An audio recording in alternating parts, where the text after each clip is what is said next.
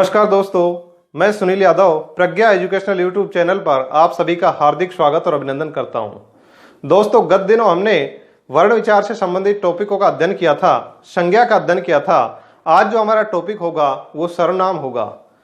हिंदी में सर्वनाम की क्या आवश्यकता पड़ी, संज्ञा से ही काम क्यों नहीं चला, सर्वनामों का प्रयोग क्यों होने लगा, ये सारी बातें हम जानेंगे। सर्वनाम कहते किसे हैं, सर्वनाम के कितने भेद हैं, सब मिलाकर कुल सर्वनाम कितने होते हैं, आदि विषयों पर चर्चा करते हैं। संज्ञा के स्थान पर प्रयुक्त होने वाले शब्द सर्वनाम कहलाते हैं, या फिर दूसरे शब्दों में हम कहें कि जिन शब्दों का प्रयोग संज्ञा के स्थान पर प्रयुक्त किया जाता है सर्वनाम कहलाते हैं। सर्वनाम भी संज्ञा की तरह ही विकारी शब्द है। सर्वनाम के भेदों की हम बात करते हैं तो सर्वनाम के 6 भेद हैं। कामता प्रसाद गुरु ने कुल मिलाकर सब सर्वनाम 11 बताए हैं।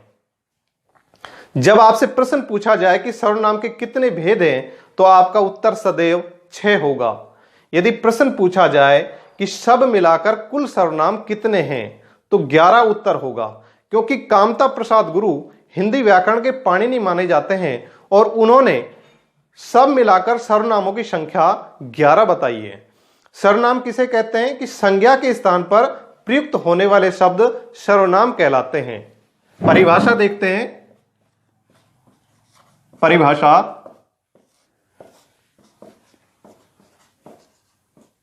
संज्ञा के स्थान पर प्रयुक्त होने वाले शब्द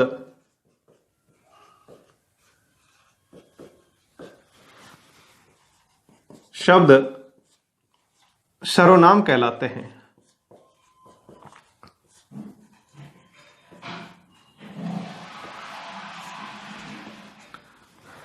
सर्वनाम अर्थात शब नाम। सर्व से तात्पर्य शब। सर्व का अर्थ होता है शब, और नाम को हम यहां सीधा नाम ले लेते हैं, यानी कि शब नाम। संज्ञा की परिभाषा है सभी नाम। संज्ञा किसे कहते हैं? कोई भी नामकरण जो होता है वो संज्ञा कहलाता है। संज्ञा हम देखते हैं। संज्ञा सभी नाम। सभी नाम, जैसे मैं एक वाक्य लेता हूं, राम कक्षा 10 का छात्र है। कक्षा 10 का छात्र है। इसी वाक्य को दूसरा सेंटेंस लिखते हैं कि वह, यदि हम वह का प्रयोग करते हैं तो ये सर्वनाम है। इसकी जगह पे यदि हम राम का प्रयोग करते हैं, देखते हैं एक बार, राम कक्षा में प्रथम श्रेणी आता है।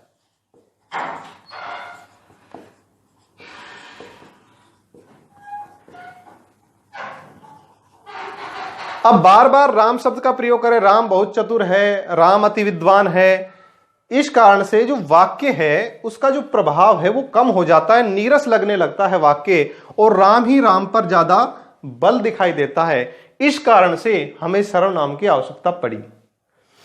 क्या कारण रहा कि राम राम बार बार हम प्रयुक्त कर रहे हैं, इस कारण से वाक्य की नीरसता से बचने के लिए सर्वनाम का प्रयोग किया जाता है। अब सर्वनाम के भेद। सर्वनाम के भेद। सर्वनाम के 6 भेद हैं। पहला पुरुषवाचक सर्वनाम, दूसरा निश्चयवाचक सर्वनाम, तीसरा अनिश्चयवाचक सर्वनाम, चौथा संबंधवाचक सर्वनाम, पांचवा प्रश्नवाचक सर्वनाम और छठा निजवाचक सर्वनाम। इस प्रकार सर्वनाम के 6 भेद हैं, और सब मिलाकर, ये कामता प्रसाद गुरु कहते हैं कि सब मिलाकर कुल सर्वनाम 11 है। यदि परीक्षा में प्रश्न पूछा जाए कि सब मिलाकर कुल सर्वनाम कितने हैं तो 11 उत्तर करना है, क्योंकि कामता प्रसाद गुरु 11 मानते हैं और हिंदी व्याकरण की आधारशिला कामता प्रसाद गुरु का हिंदी व्याकरण माना जाता है। इस कारण से सब मिलाकर कुल सर्वनाम 11 मानने, और सर्वनाम के भेद 6 जो मैंने अभी आपको बताया। अब हम एक एक सर्वनाम के भेद की व्याख्या सहित अध्ययन करेंगे। पहला जो हमारा सर्वनाम आता है पुरुषवाचक सर्वनाम। पहला सर्वनाम आता है पुरुषवाचक सर्वनाम। पुरुषवाचक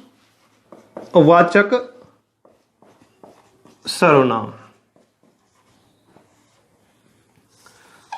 पुरुषवाचक सर्वनाम किसे कहते हैं? जिस सर्वनाम में बोलने अथवा लिखने वाला, पढ़ने अथवा सुनने वाला तथा अन्य के लिए जिस सर्वनाम का प्रयोग किया जाता है वो पुरुषवाचक सर्वनाम कहलाता है। इसमें एक बात विशेष ध्यान रखनी है, कई बार लोग समझते हैं पुरुषवाचक से तात्पर्य कि इसमें स्त्रीवाचक नहीं आएगा, स्त्रीलिंग शब्द नहीं आएगा, स्त्रीलिंग भी आएगा, लेकिन कहलाता पुरुषवाचक सर्वनाम है। कई बार परीक्षाओं में प्रश्न पूछा जाता है कि निम्न में से पुरुषवाचक सर्वनाम का भेद नहीं है, और उसमें आपको ग्रुप दिया जाता है, उत्तम पुरुष का ग्रुप दे दिया, मध्यम पुरुष का ग्रुप दे दिया, अन्य पुरुष का ग्रुप दे दिया। उन ग्रुपों में कुछ ऐसा शब्द डालते हैं, जैसे मैं एक शब्द बताता हूं, मेरे को, हमार, हमकू, हमका, अपुन, ये देशज भाषाओं में या मेवाती भाषाओं में चलते हैं, लेकिन कोई सर्वनाम नहीं है। मेरे को, हमार, हमकू, अपुन, ये कोई सर्वनाम नहीं है। इस तरह से एक सर्वनाम बीच में डाल देते हैं, बाकी सेम होता है, तो उसमें वही अपने को छांटना होता है। उत्तम पुरुष सर्वनाम, पहला सर्वनाम आता है पुरुषवाचक सर्वनाम का उत्तम पुरुषवाचक सर्वनाम। पहला जो सर्वनाम आता है उत्तम पुरुष, उत्तम पुरुषवाचक सर्वनाम।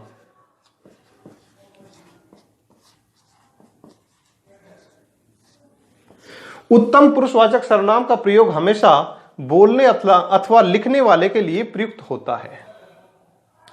उत्तम पुरुषवाचक का प्रयोग हमेशा बोलने अथवा लिखने वाले के लिए प्रयुक्त होता है। जैसे उत्तम पुरुषवाचक सर्वनाम कौन कौन से हैं? उत्तम पुरुषवाचक सर्वनाम मैं, मेरा, मेरी, मेरे, हम, हमारा, हमारी, हमारे आदि। वाक्य में प्रयोग करके देखते हैं। मैं कल अलवर जाऊंगा। मेरा मित्र मोहन है। मेरी कक्षा में लता पढ़ती है। मेरे, एक मेरे और होता है, मेरे परिवार में 10 सदस्य हैं। हम कल फुटबॉल खेलेंगे। हमारा एक बहुत अच्छा शिक्षा का ग्रुप है। हमारी मित्र मंडली बहुत अच्छी है। इस प्रकार हम वाक्य में प्रयोग करके देखते हैं और पूछते हैं, परीक्षाओं में प्रश्न पूछा जाता है कि उत्तम पुरुषवाचक सर्वनाम कौन सा है निम्न में से। अंडरलाइन करके दे दिया जाता पूरे वाक्य को, और इसमें यह भी पूछ सकते हैं कि ये कौन सा सर्वनाम है, उत्तम पुरुष है कि मध्यम पुरुष है कि अन्य पुरुष है, इस तरह से दिए जाते हैं। यह बात हुई उत्तम पुरुषवाचक सर्वनाम, अर्थात बोलने अथवा लिखने वाले के लिए जिस सर्वनाम का प्रयोग किया जाता है वह उत्तम पुरुषवाचक सर्वनाम कहलाता है। दूसरा सर्वनाम होता है मध्यम पुरुषवाचक सर्वनाम। यह हम पुरुषवाचक सर्वनाम के भेदों की बात कर रहे हैं, ध्यान रखना। दूसरा है मध्यम पुरुषवाचक।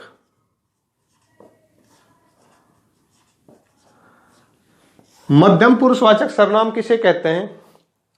जिस सर्वनाम का प्रयोग बोलने अथवा लिखने वाला, सुनने अथवा पढ़ने वाले के लिए प्रयुक्त करता है, मध्यम पुरुषवाचक सर्वनाम कहलाता है।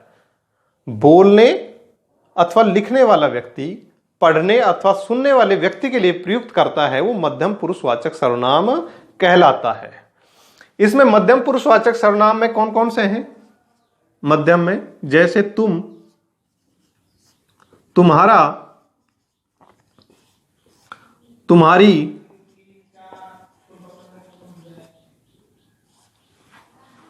तू, तेरा, तेरी आदि।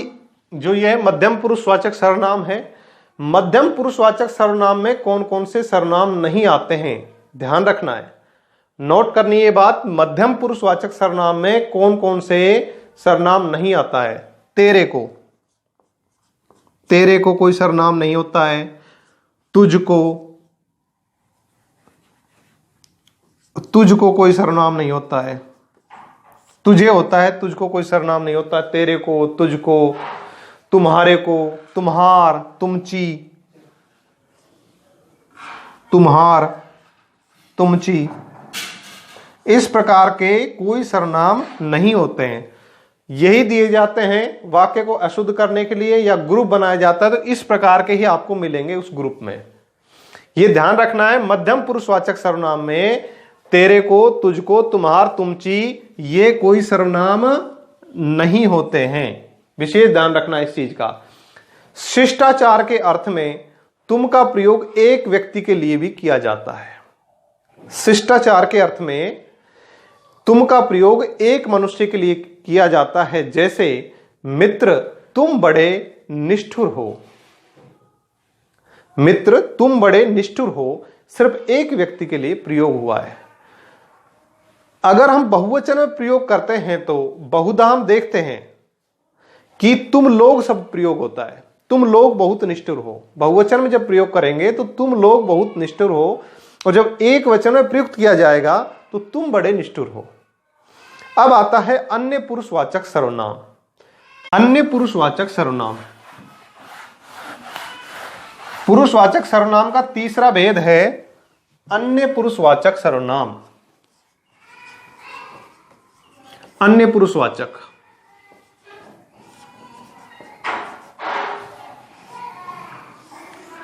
जिस सर्वनाम का प्रयोग बोलने अथवा लिखने वाला व्यक्ति, सुनने अथवा पढ़ने वाले व्यक्ति के अलावा अन्य किसी के लिए प्रयुक्त करता है तो अन्य पुरुषवाचक सर्वनाम कहलाता है।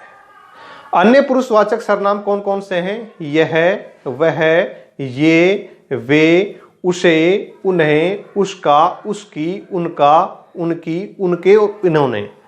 ये ध्यान रखना है, उनका, उनकी और उनके, ये ध्यान रखना है। जरूर कई बार परीक्षाओं में पूछा जा चुका है कि ये अन्य पुरुषवाचक सर्वनाम है। कई बार हम कंफ्यूजन हो जाते हैं कि यार ये तो नहीं हो सकता अन्य पुरुषवाचक। जी हां, बिल्कुल जरूर, उनका, उनकी, उनके ये अन्य पुरुषवाचक सर्वनाम के ही भेद हैं।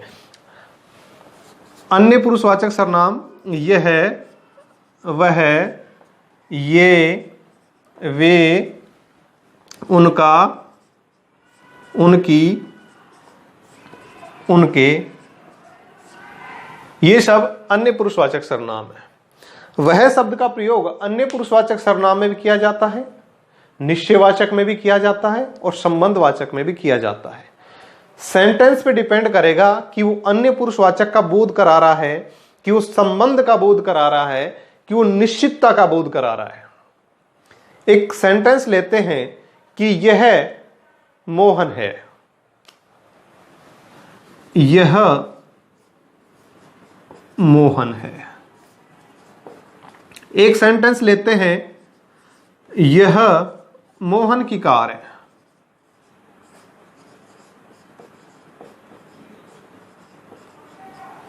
और एक सेंटेंस लेते हैं कि यह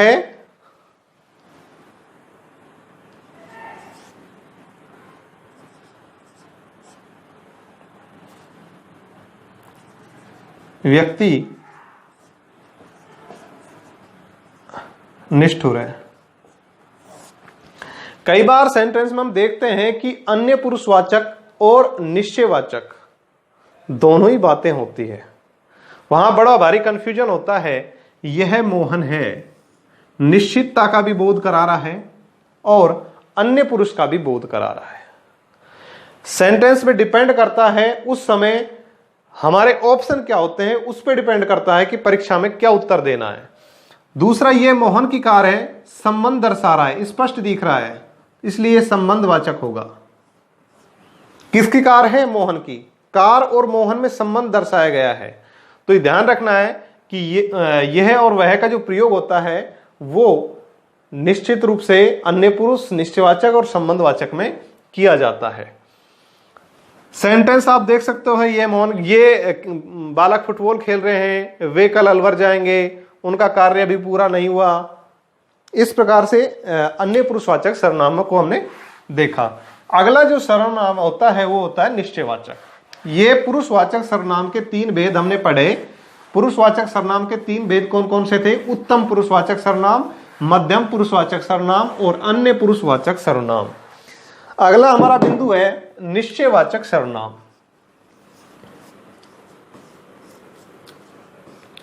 निश्चयवाचक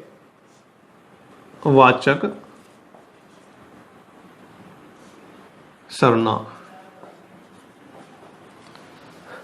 क्या है? निश्चयवाचक सर्वनाम जिस सर्वनाम का प्रयोग निश्चयवाचक सर्वनाम, जिस सर्वनाम का प्रयोग वाक्य में निश्चितता दर्शाने के लिए किया जाता है, कंफर्मेशन दर्शाने के लिए किया जाता है, निश्चितता दर्शाने के लिए किया जाता है, वो निश्चयवाचक सर्वनाम कहलाता है। निश्चयवाचक सर्वनाम यह, वह, ये, वे और सो। निश्चयवाचक सर्वनाम यह, वह, ये, वे और सो। ये सर्वनाम अन्य पुरुष में भी हमने देखे थे, सो के अलावा। ठीक है, यह, वह, ये, वे। इसमें हमें यह देखना है कि ऑप्शन क्या है, ऑप्शन पर डिपेंड करेगा परीक्षा में क्या उत्तर देना है। तो जैसे सो का हम उदाहरण लेते हैं, बाकी तो आप बना लोगे। सो का एक उदाहरण है, जो जैसा करेगा सो वैसा भरेगा। इसमें जैसा और वैसा भी कर सकते हैं, जो जैसा करेगा सो भरेगा। एक अन्य वाक्य लिखते हैं कि जिस बात को राजा को चिंता थी सो नहीं हुई। जिस बात की राजा को चिंता थी सो नहीं हुई। इस प्रकार ये निश्चयवाचक सर्वनाम के हमने भेद पढ़े। अनिश्चयवाचक, अगला जो हमारा सर्वनाम है वो है अनिश्चयवाचक। अर्थात जिस सर्वनाम से किसी की निश्चितता का बोध नहीं होता है, कंफर्मेशन का बोध नहीं होता है, वो अनिश्चयवाचक सर्वनाम कहलाता है। कोई है, कई है, कुछ है। अब देखना यह है कि कोई शब्द कहां प्रयोग करना है हमें, कई शब्द का कहां प्रयोग होता है और कुछ का कहां प्रयोग होता है। तीसरा है अनिश्चयवाचक। अनिश्चयवाचक परिभाषा मैंने बताई, जिस सर्वनाम का प्रयोग अनिश्चितता दर्शाने के लिए किया जाता है, अर्थात निश्चितता नहीं होती है, कंफर्मेशन नहीं होता है, वो अनिश्चयवाचक सर्वनाम कहलाता है। अनिश्चयवाचक सर्वनाम कोई शब्द हमेशा पुरुषवाचक के लिए होता है, पुरुष के लिए होता है। ठीक है, कई शब्द का प्रयोग सजीव के लिए होता है, कई का प्रयोग होता है सजीव के लिए। ये ध्यान रखने वाली बातें इंपॉर्टेंट है। और कुछ का हमेशा प्रयोग निर्जीव के लिए होता है। कुछ का प्रयोग हमेशा निर्जीव के लिए होता है। घंटी बजी है, शायद कोई दरवाजे पे खड़ा है। एक सेंटेंस है कि घंटी बजी है, शायद कोई दरवाजे पे खड़ा है। तो कोई शब्द प्रयुक्त हुआ है पुरुष के लिए, या कहें स्त्री पुरुष, जो भी पुरुषवाचक के रूप में प्रयोग होता है। कोई खड़ा है, हो सकता है स्त्री भी खड़ी हो, पुरुष भी खड़ा हो, तो पुरुष के लिए मूल रूप से इसमें बताया गया है। पुरुष के लिए कोई शब्द का प्रयोग होता है, स्त्री के लिए भी होता है ये प्रयोग। कई जो है सजीव के लिए, कोई भी सजीव है। कई लोग फुटबॉल खेल रहे हैं, तो है तो सजीव, चाहे वो इंसान हो चाहे वो जानवर हो। जानवरों के लिए भी कई शब्द का प्रयोग होता है। कुछ विशेष ध्यान रखना, कुछ का प्रयोग हमेशा निर्जीव के लिए पड़ा है। दूध को देखकर पीना, शायद कुछ पड़ा है। दूध को देखकर पीना, शायद कुछ पड़ा है। अनिश्चितता है, कंफर्म नहीं है कि पड़ा है कि नहीं पड़ा है, लेकिन वो निर्जीव है जो पड़ा है। क्योंकि दूध में पड़ने के बाद सजीव भी मर जाता, कोई मच्छर गिर गया मर जाएगा उसमें पड़ने के बाद। इस कारण से अनिश्चितता का बोध कराने वाले 3 सर्वनाम है, कोई, कई और कुछ। ये हुआ अनिश्चयवाचक। अगला हमारा होता है संबंधवाचक। अगला सर्वनाम संबंधवाचक सर्वनाम, अर्थात जिस सर्वनाम में संबंध दर्शाया जाता है। संबंधवाचक सर्वनाम। संबंधवाचक सर्वनाम जिस सर्वनाम में एक संज्ञा सर्वनाम के साथ दूसरे संज्ञेय सर्वनाम का कोरिलेटेड संबंध दर्शाया जाता है, अंतर संबंध दर्शाया जाता है, वहां संबंधवाचक सर्वनाम होता है। जैसे यह मोहन की कार है, वह राम का स्कूटर है, ये राम के बच्चे हैं। अब जो और सो का प्रयोग हम देखते हैं। जो करेगा सो भरेगा, संबंध दर्शाया कि जिस व्यक्ति ने जो काम किया है वो वैसा ही फल भोगेगा। जो करेगा सो भरेगा, इसमें जो शब्द है वो संबोधन है, ध्यान से समझना। जो करेगा सो भरेगा, ये ध्यान रखना है, ये संबोधन है।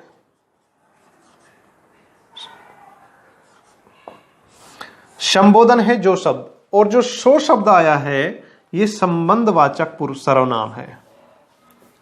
संबंधवाचक सर्वनाम। जो करेगा सो भरेगा, संबोधन दर्शाया कौन करेगा, जो भी व्यक्ति करेगा वो भरेगा। संबंधवाचक सर्वनाम मैंने बताया, यह वह ये वे। ये यह वह ये वे निश्चयवाचक में प्रयुक्त होता है, अन्य पुरुषवाचक में भी प्रयुक्त होता है। उस समय यह डिपेंड करेगा कि सेंटेंस किस तरह का है, सेंटेंस के अकॉर्डिंग हमें उत्तर देना है। अगला आता है प्रश्नवाचक सर्वनाम। प्रश्नवाचक सर्वनाम से पहले एक बात और बताता हूं मैं आपको, संबंधवाचक सर्वनाम कौन कौन से हैं वो देख लेते हैं। संबंधवाचक सर्वनाम, यह वह ये वे जो सो जैसा वैसा, जैसा करेगा वैसा भरेगा, जो सोएगा सो खोएगा। इस प्रकार कोई भी सेंटेंस आपके सामने आ सकता है, जैसा वैसा, जितना उनका, यद्यपि तथापि। एक विशेष ध्यान रखना है, यद्यपि और तथापि। कई बार परीक्षा में पूछा जाता है यद्यपि और तथापि का प्रयोग करके कि कौन सा सर्वनाम है, तो यद्यपि और तथापि पुरुष संबंधवाचक सर्वनाम है। अगला हमारा सर्वनाम आता है प्रश्नवाचक सर्वनाम। प्रश्नवाचक सर्वनाम 5वें नंबर का सर्वनाम आता है प्रश्नवाचक सर्वनाम।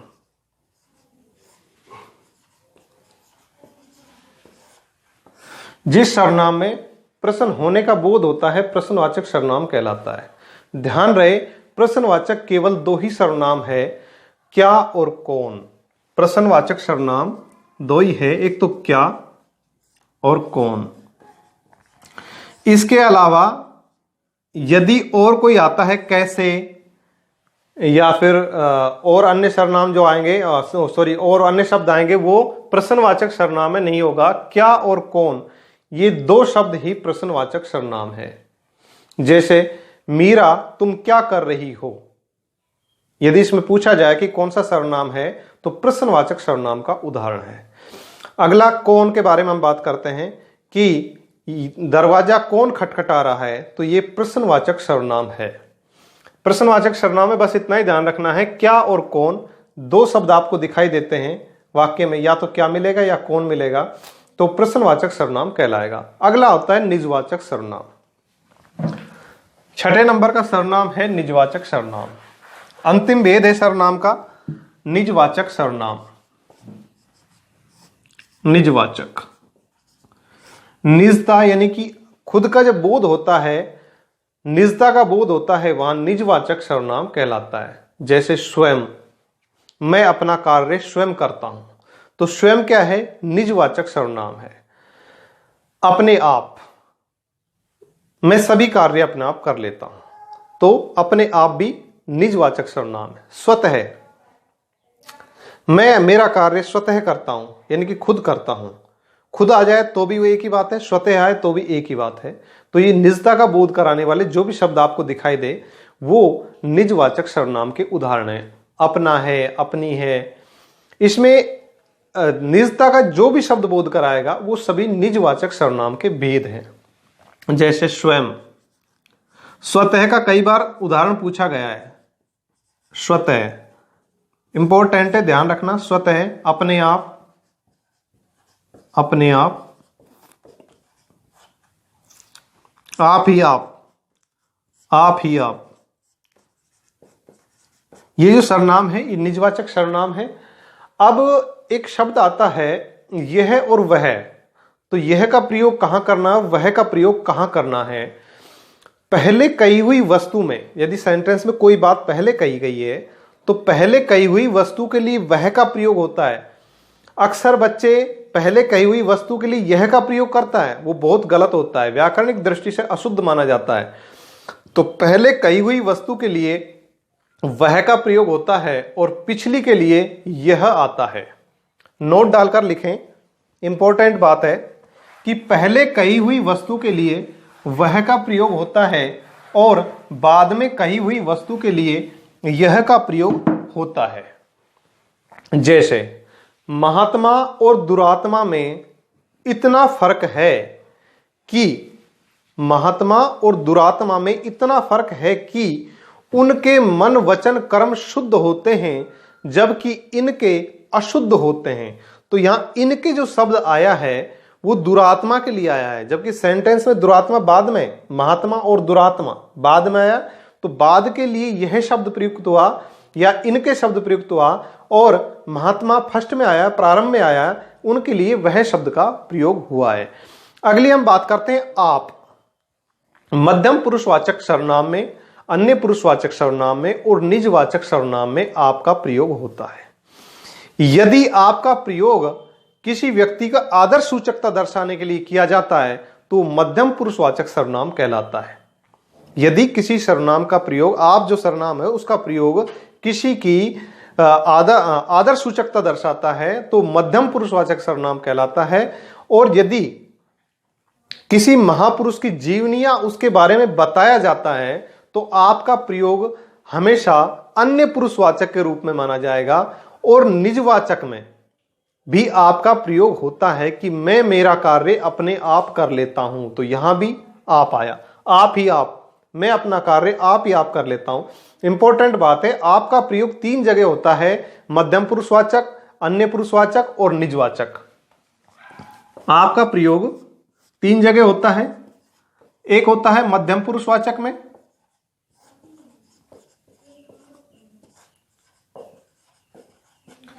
दूसरा होता है अन्य पुरुषवाचक,